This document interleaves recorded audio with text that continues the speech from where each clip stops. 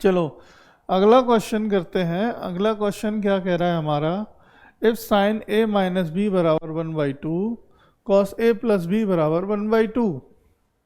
ठीक है, तो यहाँ ए प्लस बी क्या है हमारा, ग्रेटर देन है 0 से, ठीक है, और लेस देन है 90 से, जहाँ a is greater than b और a किससे बड़ा है, b से। तो फाइंड a एंड b, तो a और b बताना है।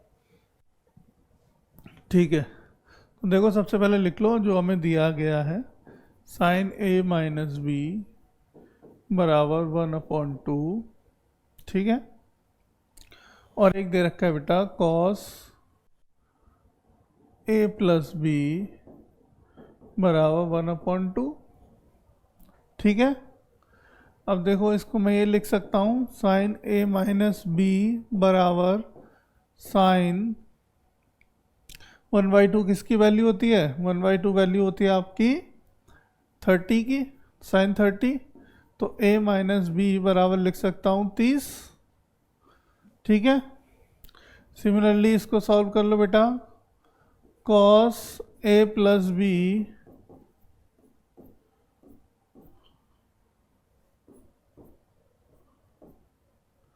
ठीक है, कॉस ए प्लस बी बराबर कॉस, साइन में 1/2 होती है 30 की, तो कॉस में कितनी होगी 60 की। ठीक है, तो ए प्लस बी बराबर आ गया कितना 60। अब इसे इक्वेशन नंबर 1 डाल दो, इसे इक्वेशन नंबर 2 डाल दो और ऐड कर दो दोनों को। अगर मैं ऐड कर दूं दोनों को तो a प्लस बी बराबर 60, यहीं पे रख दो इसको, दोनों को सम करोगे तो b से b कट गया, 2a बराबर आ गया बेटा कितना 90। तो आपका a बराबर आ गया कितना 45। तो एंगल a यानी a आ गया तुम्हारा 45। और अब a की वैल्यू रख दो बेटा आप, a की वैल्यू रख दो किस में, इक्वेशन नंबर 2 में। Put value of a in equation number 2, equation number 2 में रख दो, यहाँ पे रख दो a की वैल्यू। तो देखो a की वैल्यू यहाँ रखोगे 45 प्लस b बराबर 60, तो b बराबर क्या आ गया, b बराबर 60 माइनस 45, तो b कितना आ गया बेटा, b आ गया आपका 15।